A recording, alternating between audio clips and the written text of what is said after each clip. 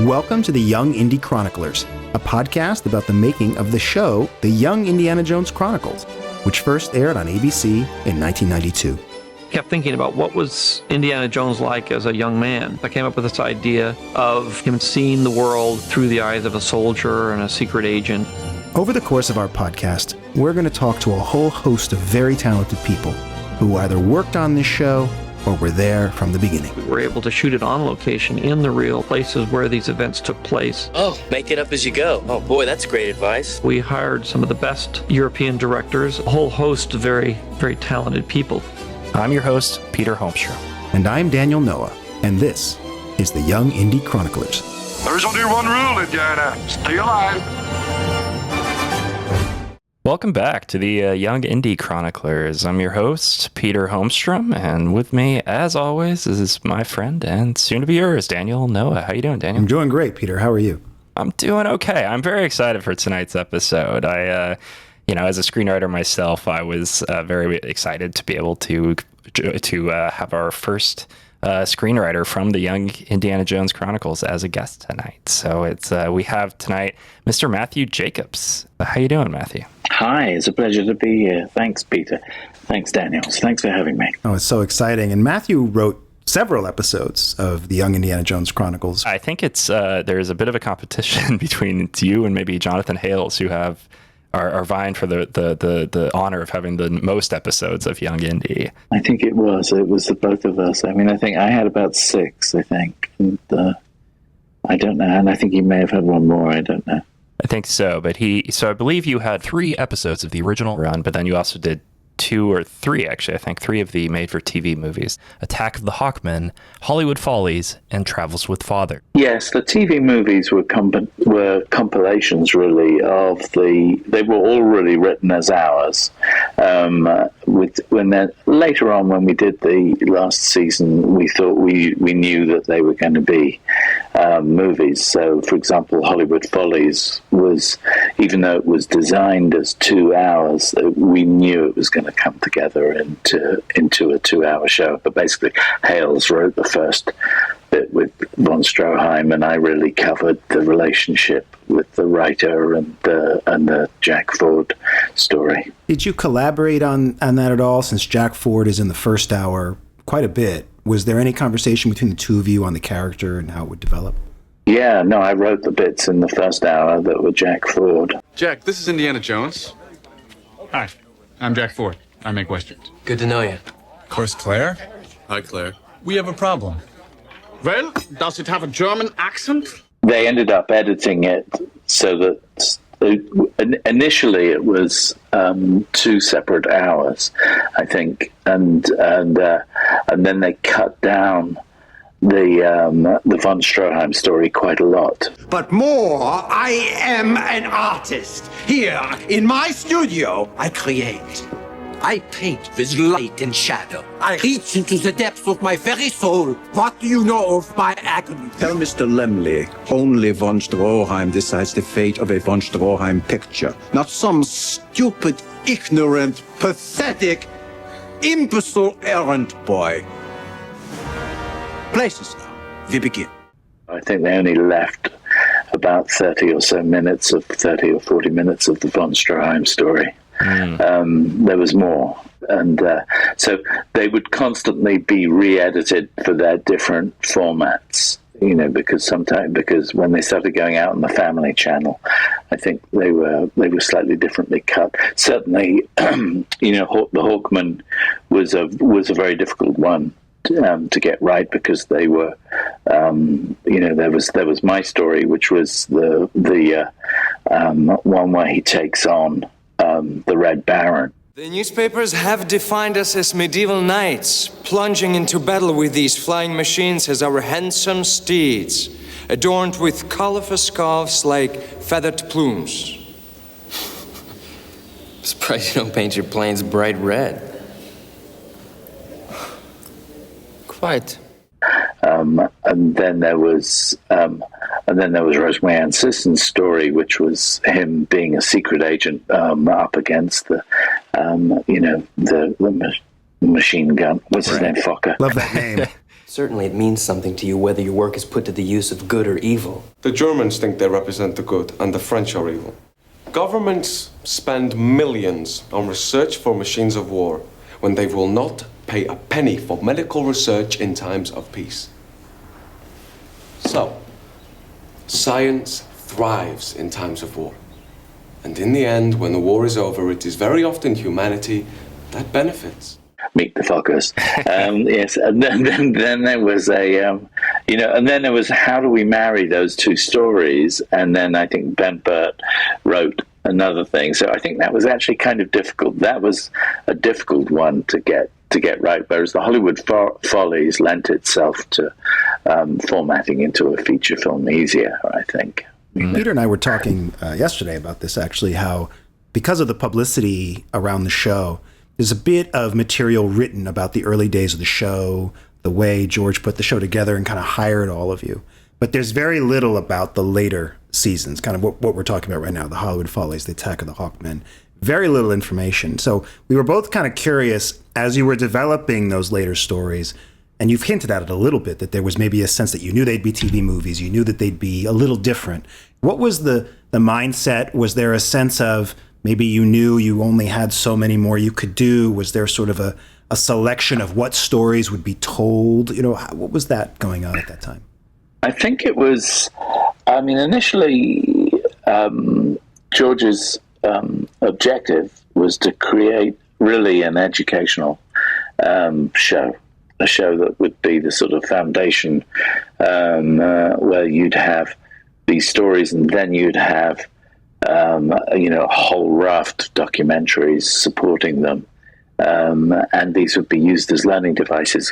His thing was that he really felt as though history was undertaught in America, and certainly it's true. There's not much history, and the area of history that he was particularly fascinated by was early 20th century history, which sort of affects not only, I think, the Young Indy Chronicles, but also affects the Star Wars prequels, which also look into, the nature of imperialism and the nature and the political backdrop of the beginning of the 20th century. So that was his thing that he really wanted to this was the sort of mission of it. And when he came to the UK to set up the show and to get to cast the writers, he out of the UK writers, he cast people who were also, to a degree, scholars, but also directors. So all of us had a directing background as well. So it was very much the idea was to sort of create 70 odd hours of documentaries and about at least 30 shows. And the nearest thing to George's vision, I think, was the DVD release that was made later on, where you have the documentaries and you have the 1 hours. Using ABC and Paramount, and indeed the whole Indiana Jones thing, really was just a means to an end, a means to that end. So at the beginning, we had the initial 15 that were commissioned by ABC, and there was a big fanfare around them, and obviously, everybody made a big effort. We made those, but they didn't do massively well. And then it was a struggle to get ABC to come in and do the second season. And then I think there came a point, my recollection of it is there came a point where we realized it wasn't going to go on for third season, fourth season, that they would have to find a way of putting them out as TV features, of combining the odd 30 stories that we developed. So we kept on going back and reorganizing them, and it's a bit of a while ago, so I can't remember the exact details. Was that because it was easier to syndicate? Like, why the feature? Why the format? What became apparent? Well, because I think it was the Family Channel that wanted to pick them up and put them out as a feature, whereas ABC didn't. ABC didn't want to sort of. It was a sort of slightly different environment. It was very much network television. We really had to be concerned with commercial breaks. And, there would be certain points where we realize that, we were selling sanitary products. This is what we were doing, we'd get the notes from ABC. And what was nice was working with Lucas. He would say, "Oh, well, we've got these notes. They say we can't do a show on Picasso because nobody knows who Picasso is." And then he'd throw that note in the fire, and we just carry on and do. I think at one point we did a ritual burning of the notes. It was a joy, actually. It's a very unique experience. I've never had an experience like it before or since. And I worked for people like, Hanson and other, certainly British TV. And so it was a very different experience. It was something that he felt passionately about. So as a result, the whole of the Skywalker Ranch would be kind of turned over to us, and we were there in his office, and it was like 91 or 92 or something like that, 91 I think, and most of us smoked, and he didn't. Obviously, nobody there in Marin County smoked them, but he didn't care. He said, "Okay, let them smoke." So those of us who were smokers were smoking in his office. And they practically had to fumigate the place afterwards. It was they were these repulsive British smokers. What can you get? And obviously, I think even Frank smoked then. So it was. So he was so keen to do this, and he was directly involved in the stories, and each of the writers brought a very different voice to the table. So Rosemary Ann Sissons, sort of, who'd written Upstairs, Downstairs, Six Wives of Henry VIII, she really was there in many ways to say, "Oh no, dear, they wouldn't do that. This would happen here." She was wonderful. And then you had Jonathan Hales, who was a dramaturge at the Royal Court and was, very distinguished and knew everything. And of course, we can't say that about T. Lawrence. We might as well make he would reveal the underbelly of what was going on historically.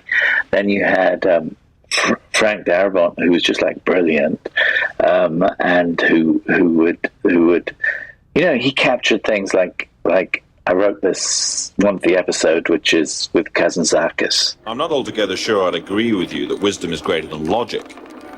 Oh, that's what Nikos Kazantzakis thinks. Kazantzakis? Yeah, he's a philosopher and a poet. Kazantzakis? No.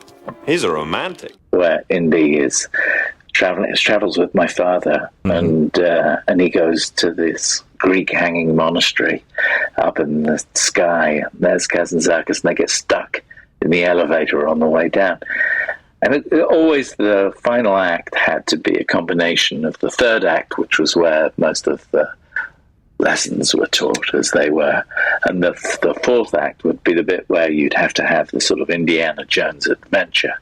And it was very much Frank who said, well, we have to find what is the philosophy of Indiana Jones, really.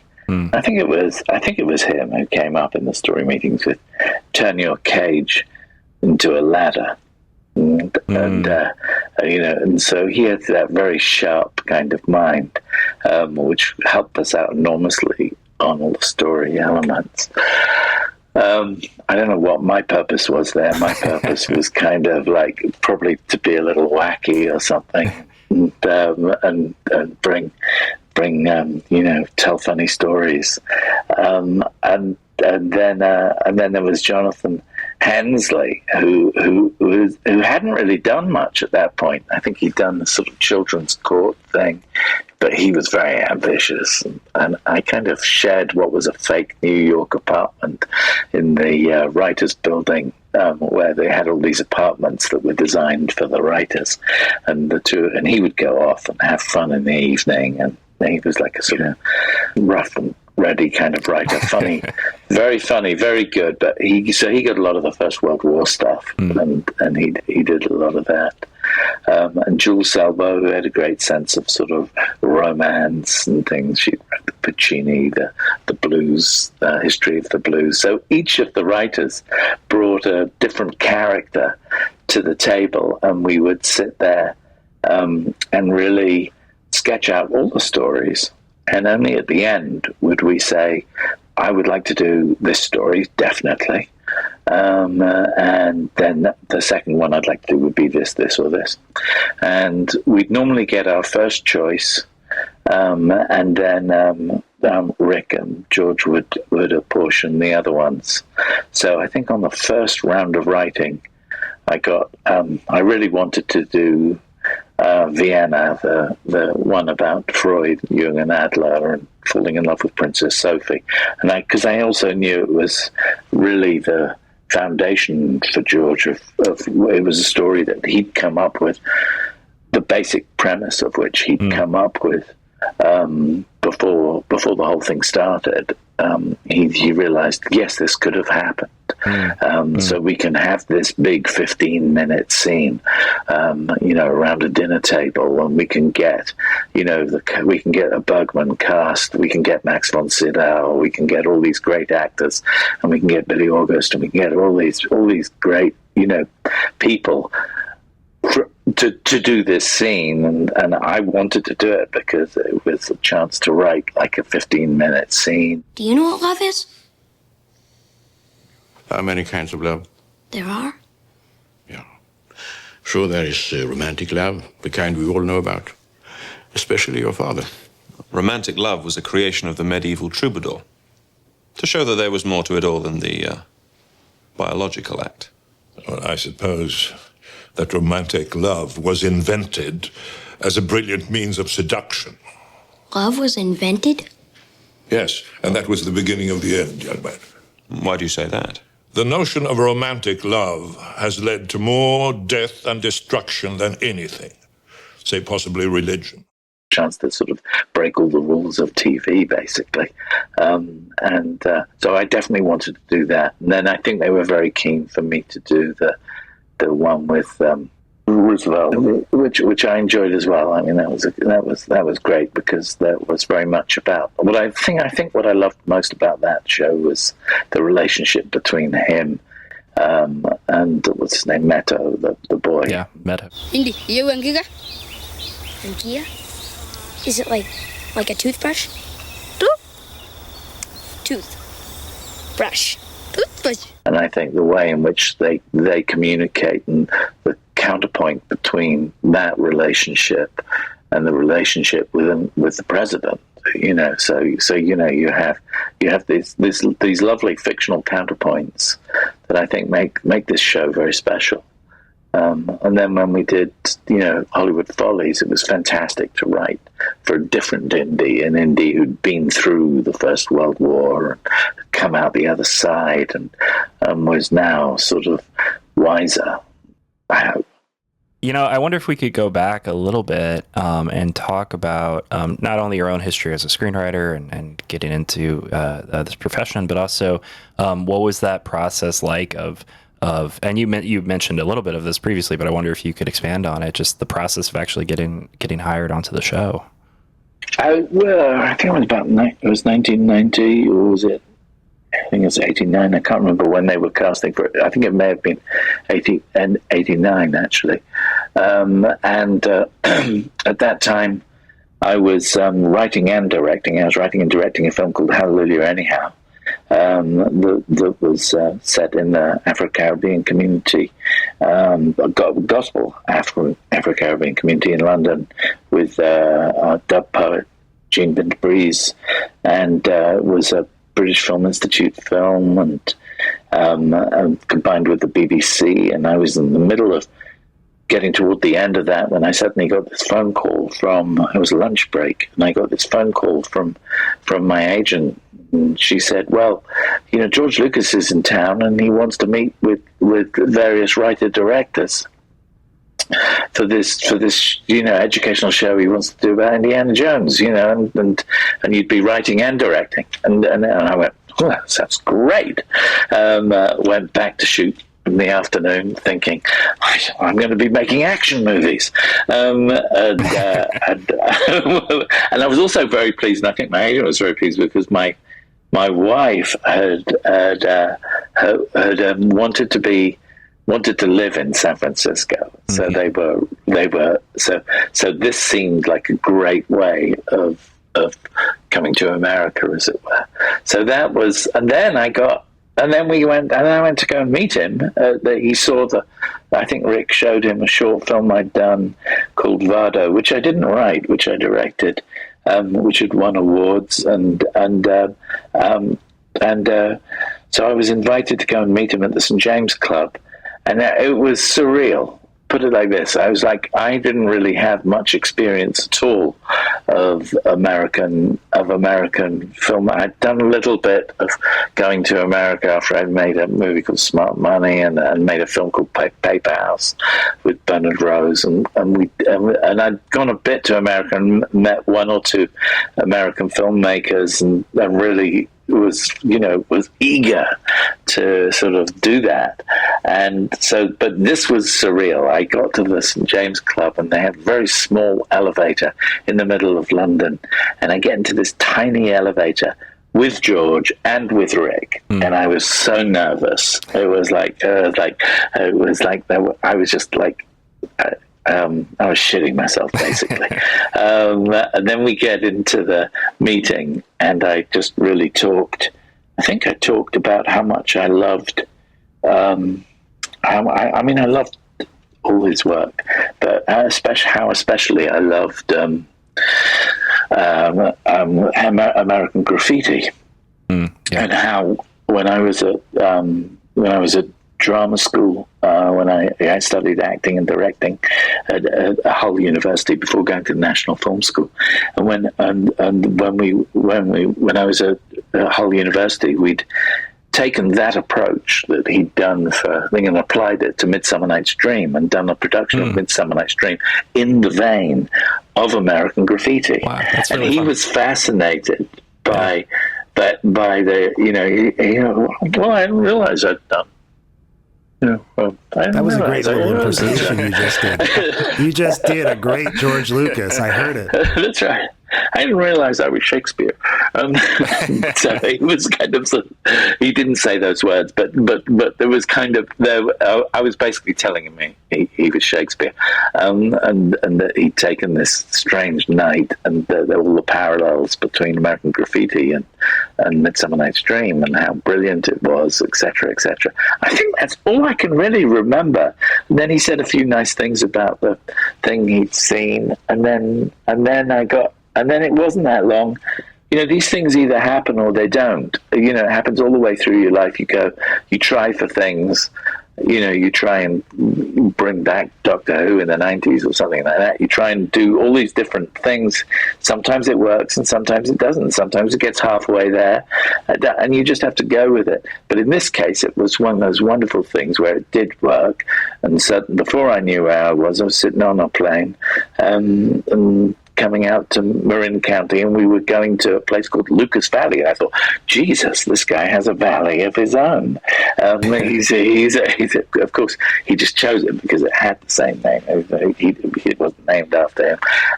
And suddenly we were there in this wonderful world with Deborah Fine, who was the head of research. And we'd be given, a few hundred pages on each subject. There was a lot of work. You suddenly sitting down doing all this research, and then sitting down, then spend 2 days on each story, if I remember rightly. And then at the end of, mapping out, breaking a story, then he'd kind of dictate that story, his version of it, and that would be typed up, and that would be like the treatment for the story. And I think it was 2 or 3 weeks we were there going through the first season, and it was such fun. And then we were given. Then we went away with our 2 scripts to write, and we did our first draft. And then he came to London, I think, on the first season. Maybe in the first season or second. Came to London. Yeah, it was on the first season because the Berlin Wall was coming down at the same time, and we were in the bunker at the St. James's Club. All of these writers sitting around, and we'd be watching television with all this warfare going on, or I can't remember what it was. And also, they were fighting the first Gulf War. The first thing like that, and they had these bombs that were coming in, finding their way in, guided bombs, and of course. It was very surreal watching that with Lucas because he'd kind of come up with the technology in Star Wars that we were watching on TV playing out. So that was great. So that was the only time he wanted to do that, was to come over and work, because it was half the writing crew were Americans and half of them were Brits. So that's because so much of the show was based out of the UK. But that was why I was so pleased to write Hollywood Follies, because Hollywood Follies was such an American project. Was the Hollywood Follies, there's these great 3, now they're movies, Mystery of the Blues, Scandal in the 1920s, Hollywood Follies, and it's music, theater, and film. Yes. So it's like this trilogy of art, the subject of art. Was that intentional? Was that absolutely, sort of the plan? Yes, it was absolutely intentional. I mean, certainly... certainly with Hollywood Follies, in a way, you're watching Indy come up with the stunts that he does in Raiders. Right. So it kind of it's very meta. Most meta guy completely is there. Yeah. That's right. It's completely there. And Sean did those stunts himself. I mean, he really did. I mean, he certainly did the jump from the horse to the horse. Because it was the one, I'll never forget it. It was the one day one of the few days that I got to go and watch the filming, and the filming was happening. Where was it? Fillmore, New Hall, or somewhere like that.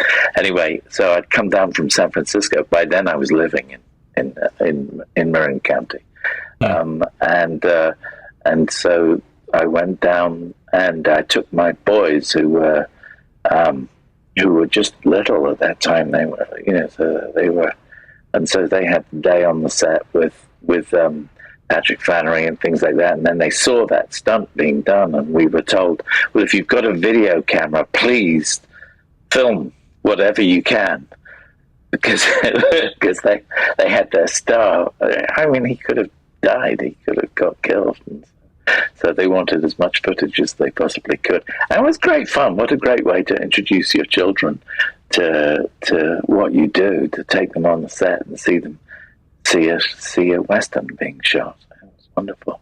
Do you remember what year that would have been? Gosh. Yeah, I think that would have been 92, 93, something like that. I think it would have 92. Okay. I don't know. I'm on my phone here, so I would have to cut you off and look. You can't look it up. Look at the pictures. Look at the pictures. Yes, but I've certainly got pictures of it. Yes, I think it was 93. I think it was 93 when we were shooting that. Oh, wow. Because it was in the last season that we shot. Yeah. It wasn't in the first season. I always remember the joke in Hollywood Follies where Indy's like talking with John Ford, and he's like, John Ford's writer's assistant, right? And like Indy's there, and he's coming up with an idea, like he has a creative idea, and like John Ford just stares at him. He's like, shut him the up. assistant doesn't come up with ideas. The assistant writes. And I'm just like, now that I've been a Hollywood assistant, it cuts a little bit. Is that what you do? Are you writing on the show at the moment? Yeah, or not? yeah. I'm down here. I've written on a CW show, and I've been in a couple other writers' rooms, both as an assistant and as a screenwriter myself. But yeah, it's there's a lot of like meta level humor in that episode that I've definitely come to appreciate a lot more now that I've been in LA. Most definitely. I mean, for me, it was a touching homage in many ways, because I'd come down. It must have been 93, 92, because by then I'd come down and I was writing for Paramount. I was writing a new Lassie. It eventually came out in 94, but I would have been writing it through 92 and all around that time. And I'd been in that situation of working through the night with a director who ended up not making the Lassie I wrote, but we spent the night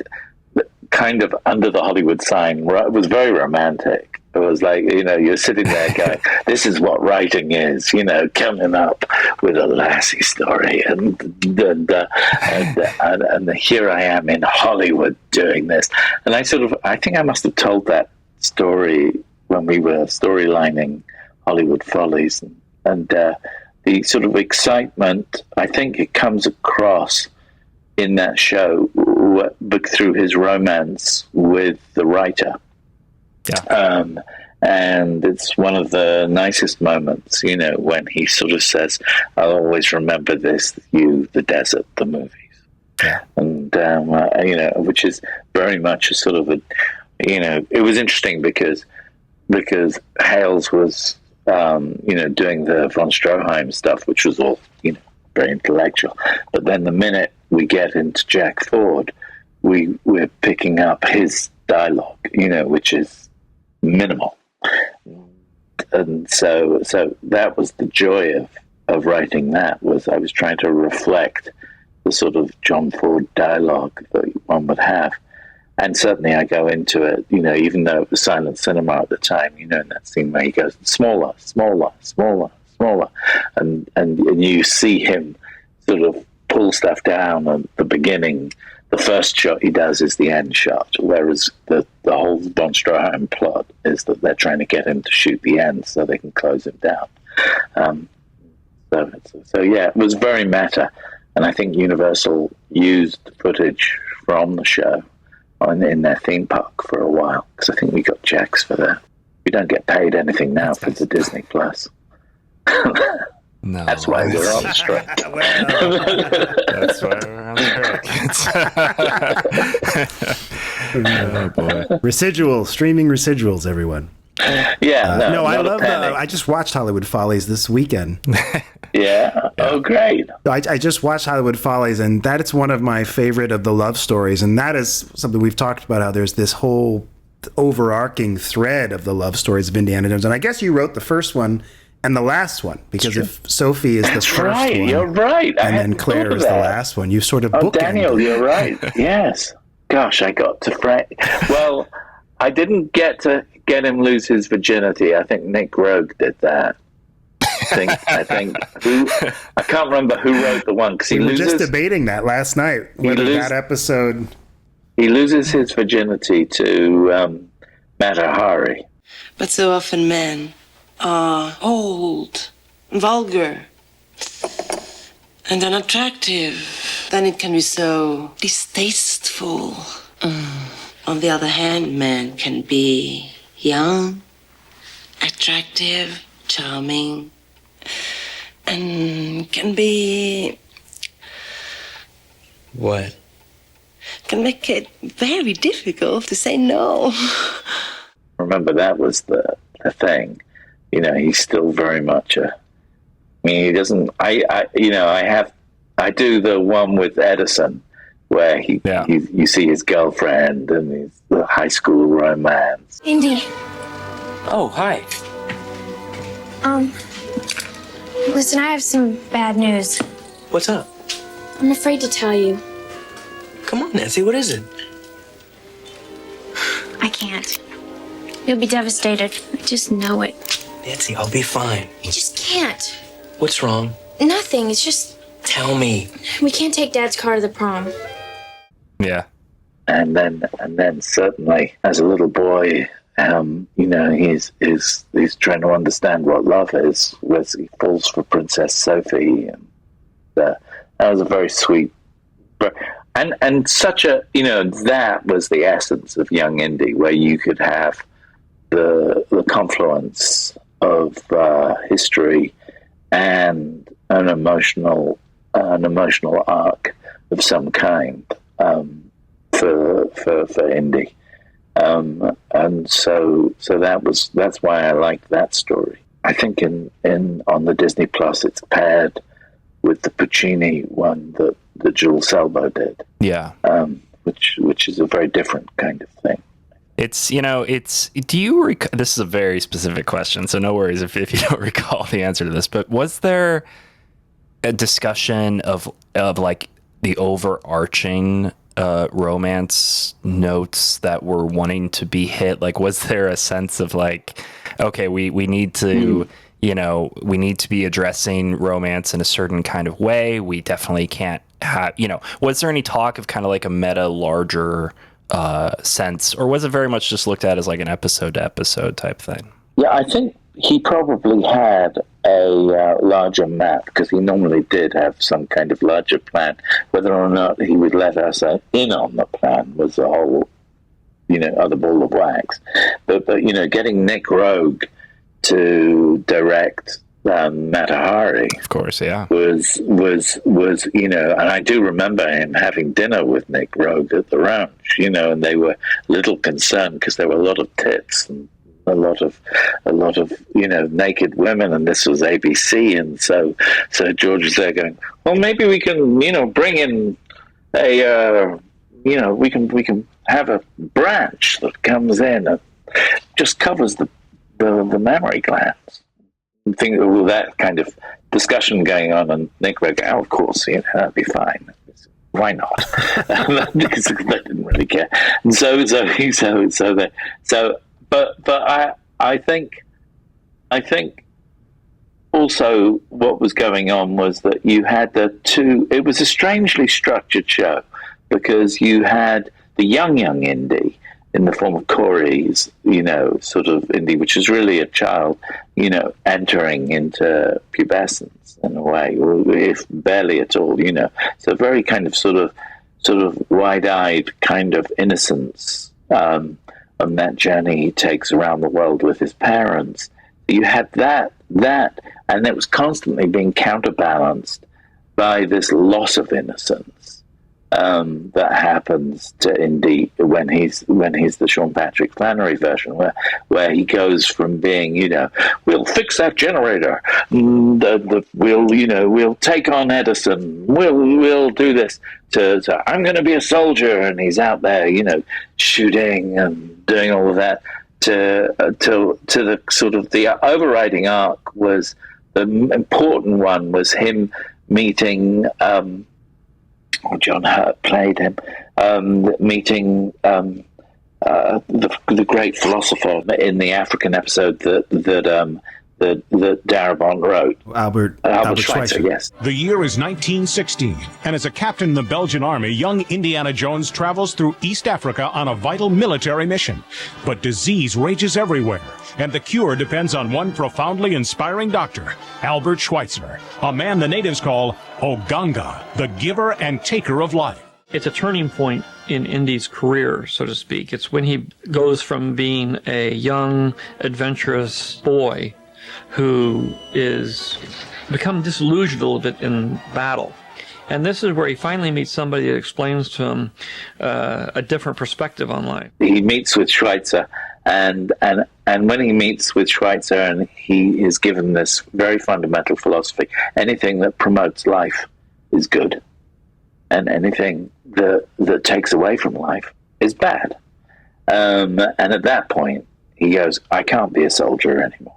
Can't be the one who's protected by the locket with Princess Sophie on it and is declared to be a god by the other, by all these strange people.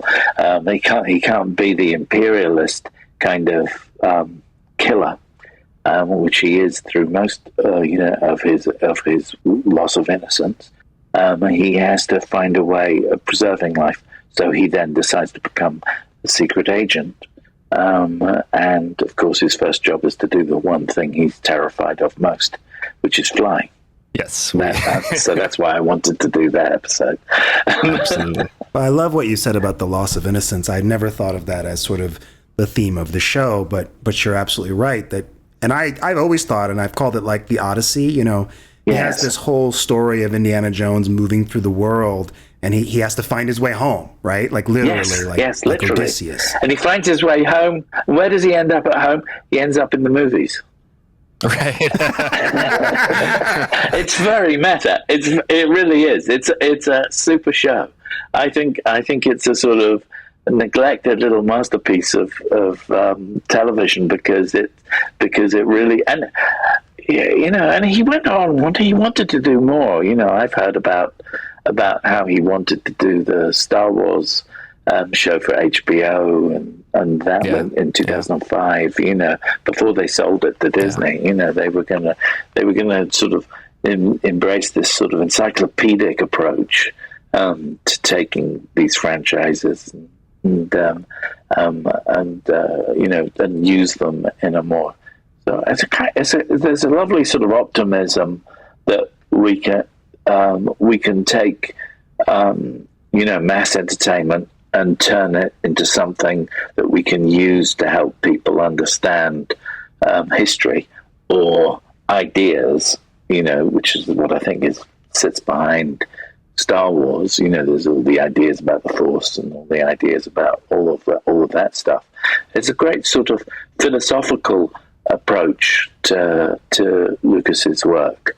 That I think, he's the man who sort of dug up the hero with 1,000 faces for all of our pain. Now we have to write everything with that. Every executive has that on their shelves, and they just that's right. Oh Jesus, really? Do we have to go here again? You. That's what that's right. Yeah. So it's a sort of the loss of innocence is on a broader level the arc that's going on, rather than just his approach to love. I mean, if you like, I suppose it's going from the sort of pure notion of love into the sort of carnal notion of it, and then out for the other side into the love of man. So it's even seeded there in the different attitudes toward love that Freud, Jung, and Adler have. Sort of with Freud, it's all about sex, and you want to fuck your mother, and you want to fuck your dad, et cetera, et cetera, et cetera. All love is derived from the need for sexual gratification. Even this boy's love of his mother. Perhaps the ladies would like to withdraw. And then, with Jung, it's like, it's the archetype. You must not let the castle walls keep you from your love. It's the storming the castle. It's the shared consciousness of mankind. And with Adler, it's the formality of it. It's the role that love has. If you think what you feel is love, treasure that feeling. Build on it. In humanity, through marriage and through honor and through being prepared to put somebody else before yourself, which is a different form of love. But I still don't know what love is. Love can be an act of the spirit, if you're Carl Jung. A romantic act, if you're your father. An act of companionship, if you like Dr. Adler's interpretation. But as far as I'm concerned, it's a biological act. It's a sexually motivated act. Either way, it is painful and wonderful all at once. Don't turn away from it. To deny your love for someone is dangerous. Dangerous both to you and to the person you love.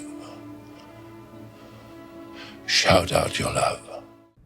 When you do see those kind of throughout the show, all those philosophies, he has different relationships that sort of reflect all those. And although it does seem like he never really seems to actualize his like there's no resolution really for Indiana Jones in his romantic pursuits. Well, if we go by the last movie, then he ended up with Karen, he ended up with Ravenswood's daughter, who, in fact, I think she would have been 12 when he first met her, but which we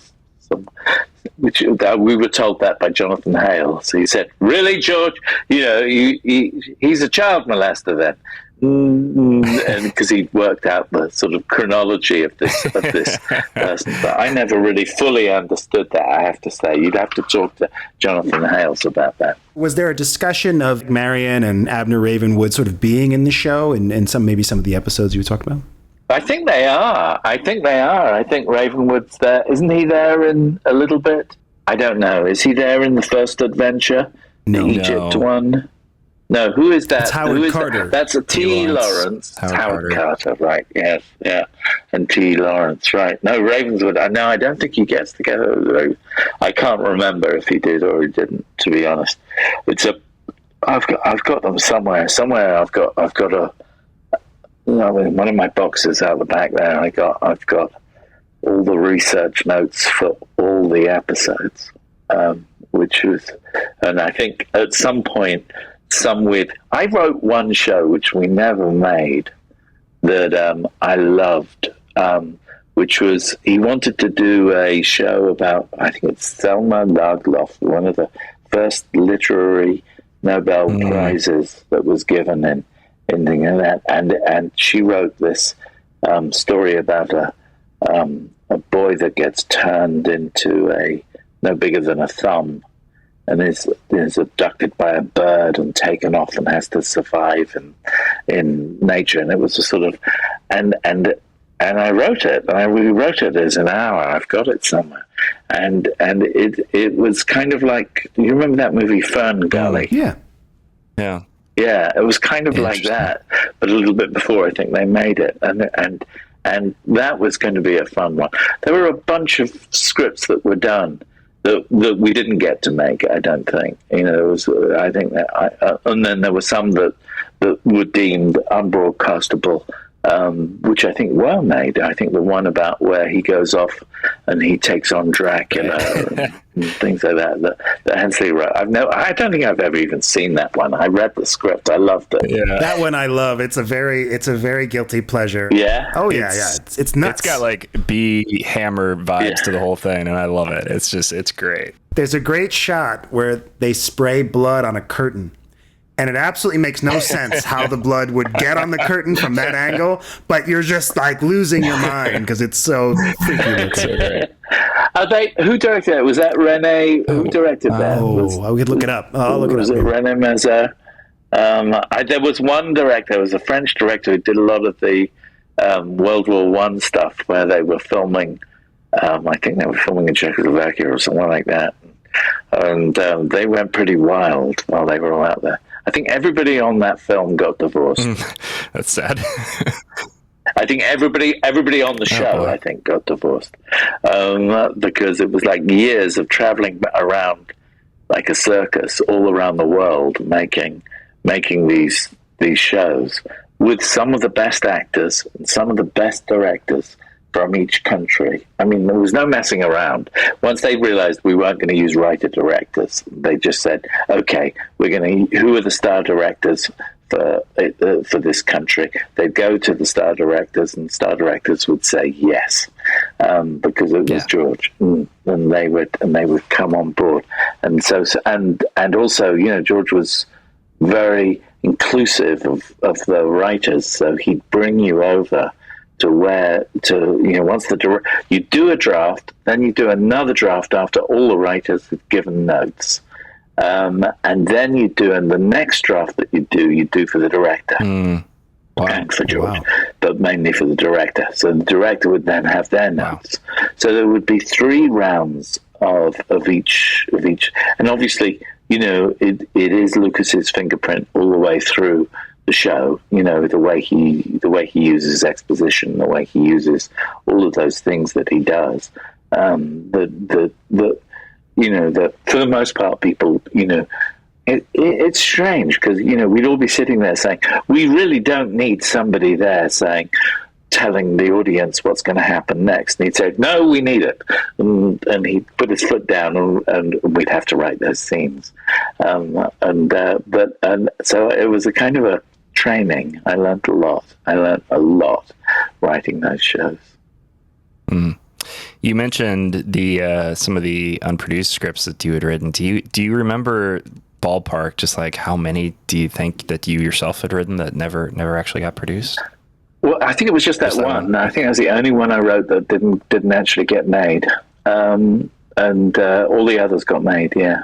Maybe I was luckier than some of the others. Well, it is something I find so fascinating about Lucasfilm, especially, is that, you know, Lucas's idea was like, we're just gonna like we're gonna do so much pre-production on shows. You know, most shows in Hollywood, it's like you have to wait for the green light from the studio. You gotta wait till the money's in the bank. You gotta, you know, the movie basically has to be made before you can even start writing the script. And that's in Lucasfilm, it seemed much more like, no, we're gonna plan for like 3 seasons or so before even. Yes, they planned for 3. And I don't think he. I mean, I may be wrong here, but the impression I got was that I don't think he really cared whether or not ABC, you know, kept the show running or not. He was going to do it regardless. Yeah. And if it meant that we were going to put them out on the Family Channel, he didn't care, because the only thing he really cared about was that DVD collection. So if you want to see the purest form of the Young Indiana Jones Chronicles, it's the DVD collection. With the documentaries, that was what that show was about, and as such, I think it's quite unique. Were you involved at all in sort of the assembly of the shows or the documentaries or any of that process? I think it would have been in the 2000s. I wasn't involved in. No, I wish I had been, but I wasn't. I mean, I'd be hauled in occasionally, you know, because we'd have to rewrite stuff if it was being married as a feature. If suddenly I'd written, you know, Indy and the Red Baron, for example, was like a standalone hour.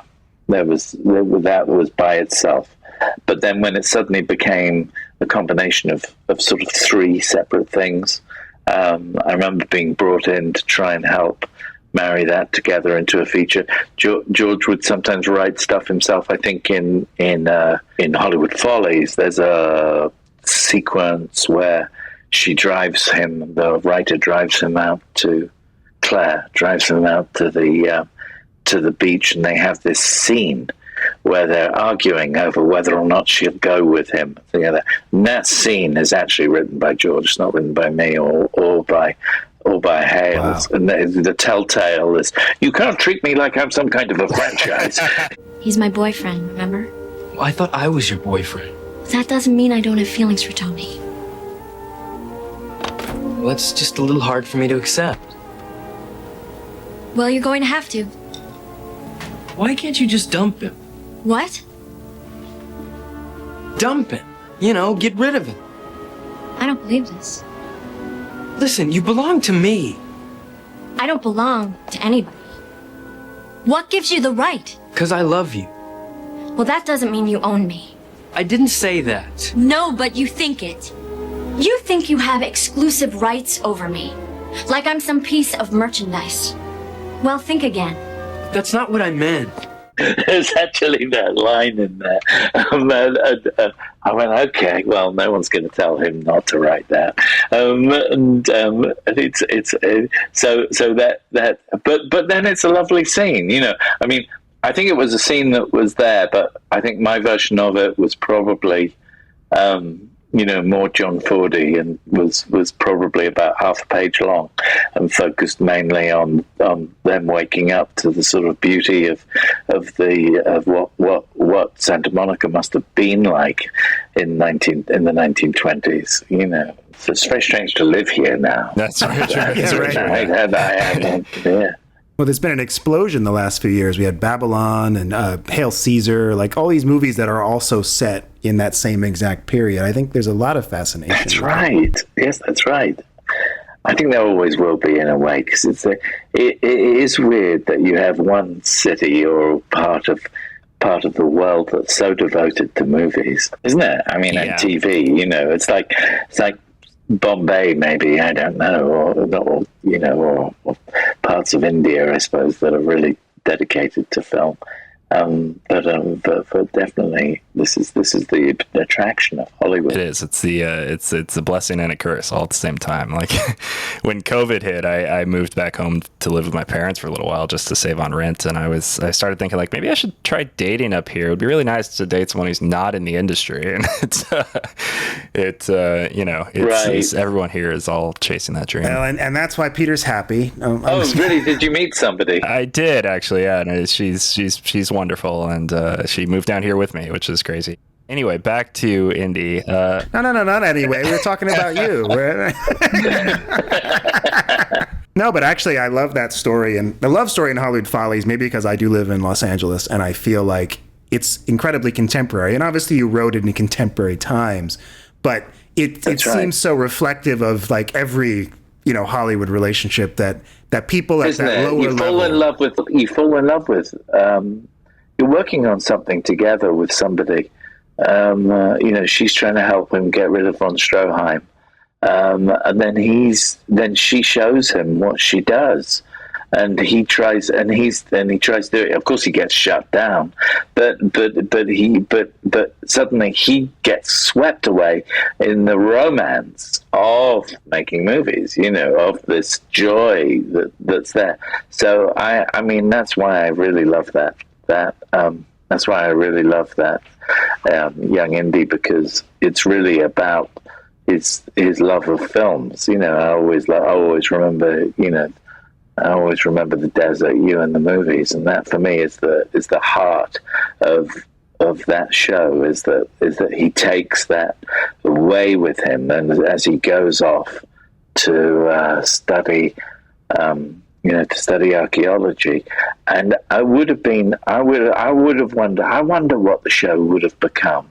I think they've debated bringing it back at one or two times, but I've never been involved. But I think they've debated, how you would carry on with the Chronicles. Who knows? I mean, I would love to see it. I think now it's been so many years. Maybe you'd probably have to recast. Obviously. Young Indiana Jones, but I think you guys did such a great job of building a continuity that's truly anchored in history. You wouldn't really need to change anything. Like you could update the technology and the way you make the show, but you don't really need to do anything with the story because you've already laid the groundwork, and you wouldn't really do anything differently.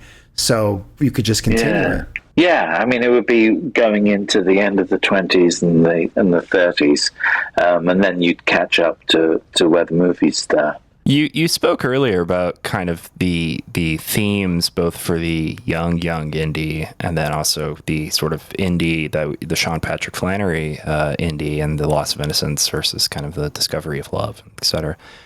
Was there ever talk about like what the show would have turned into had you kept going in the vein of Hollywood Follies and more of the stories that happened post-war? Was it going to continue to be these sort of like loss of innocence stories, or was there going to be sort of an upswing? Well, like I said, the one I wrote that didn't get made was definitely like when you do a show and it gets into its third or fourth season, suddenly you have a musical. Yes. Or you have a musical, Grey's Anatomy, the musical. And so I think certainly, I think there was going to be one where it was young Indy, i.e. Indy at 4 years old or 5 years old, Little Rascals Young Indy, where he's hanging out with Paul Robeson, and they're tracking down the treasure of some lost treasure or something like that, and they're and it was going to be like the Little Rascals, but I remember then we got the Little Rascals and we watched it, which is intensely racist and sexist and God knows what, and we're sitting there watching it going, yeah, maybe Paul Robeson is buckwheat. Nah, it's not going to work. Wow. It's like so these ideas, they were mostly ideas that were too wacky, really, to actually do. And that, and we may have written. I certainly wrote the one where Indy gets turned into something that's only 2 inches high and goes off rides on a bird and gets involved in a sort of ecological adventure in Sweden. That sounds crazy. I think if it had gone on, if it had gone on, we'd have ended up, with Willow, or Howard the Duck, it would have been Radioland Murders, which is what they did after. And there, I think there was, he's fascinated in all sides of all sorts of things, and it would have just followed Lucas's fascinations or things that he wanted to explore. It would have been a great that's how I think it would have gone on, but it didn't. It had its life, and I think it had a very good life for what it was. It wasn't going to become Seinfeld. It wasn't going to become, Friends or anything like that. That's not the sort of thing he does. And so it, for what it was, it had its life. And I think I'm very proud of it. I think other people are. You mentioned earlier, it's on Disney Plus now. If you could tell someone who's never seen the show and they're going to start watching it on Disney Plus, what's the one thing you would tell them to have in their mind as they start watching this show? Oh my gosh, yes. I don't know. Well, it would depend how old they are. Part of me would say, well, if you really want to get back into a sort of 90s, kind of early 90s kind of mentality, bear that in mind when you watch it, because there's, I dipped into it to watch it. I think I watched a bit of the Hollywood Follies the other day, and I watched the Puccini one, which I hadn't really seen before, and I watched the Travels with My Father one, because I don't have copies. For some reason, I've just got no copies of this show. And I think I've given them away to people or something at different times. And I don't even have a DVD player anymore, so it's like the only way of watching it is on Disney Plus. I would tell people, I don't know what I would tell. What do you mean? What would you tell people? Would you tell? I mean, I wouldn't apologize for them in any way. I would just say they are a product of their time, Yeah, well, I mean, I think I would tell people, this is a lot of what we've talked about. This is a labor of love from people who really cared about history and who cared about character. And, it is a big epic. You need to take it, I would say, take it as a whole. You watch them individually, and I think you can even watch them out of order, frankly. I think you guys built them in such a way that you don't need to watch them in chronological order. But I think you take it as a whole, and it's a really wonderful epic. Yes, they certainly weren't. And they were designed, there's a sort of dogged confidence to them, which is something that I think is very rare in TV these days. There's sort of, everything is so tested and so carefully structured, and everything is so carefully done. Whereas there's this confidence where you'll suddenly have an episode that's directed by Terry Jones and that's done in the style of Monty Python, and then you'll have something that's done in the style of Bergman. They're very different, actually, as you say. I think Hollywood Follies is a good one. I think the Schweitzer one is a wonderful one. I wouldn't show them to very young children because I think that constantly each show was about how does the little young Indy run away from home. And we had this problem. So we had this problem with my son, with my son my older son, when he got to the age of 11. All he'd been watching was Young Indy, and so he decided to run away. It was terrifying, and I was to blame.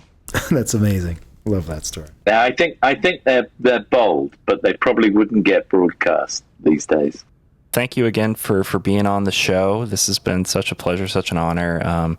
And I think for me, like the big thing I would tell to any new audience member of Young Indy is just there's a lack of cynicism to the show, which even though it talks about some very heavy topics, it comes at it from such a heartfelt place, not cynical in the way that I think too many shows are these days. And that's the sort of thing that I really do appreciate from anyone. And I appreciate the writers for bringing that to the table. Well, thank you. Thanks, Daniel. Thanks, Peter. It's an honor to talk about it. This is a lot more relaxed and really good. And I think we talked about the overriding arc of Young Indy, of the Chronicles, and and I think we've nailed it. I mean, I don't think even George knew that. I mean,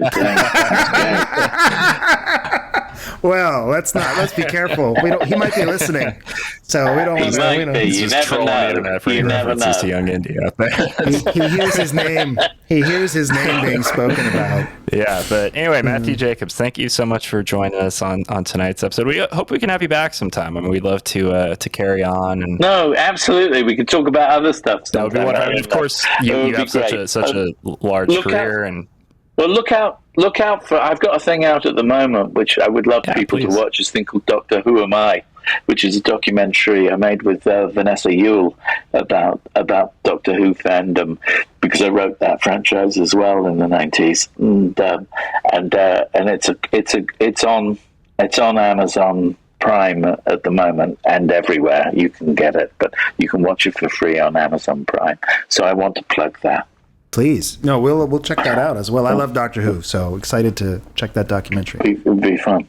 All right, then. Look, thank you so much. Yeah, thank you very much. And, we'll be in touch soon. Thank you. Bye.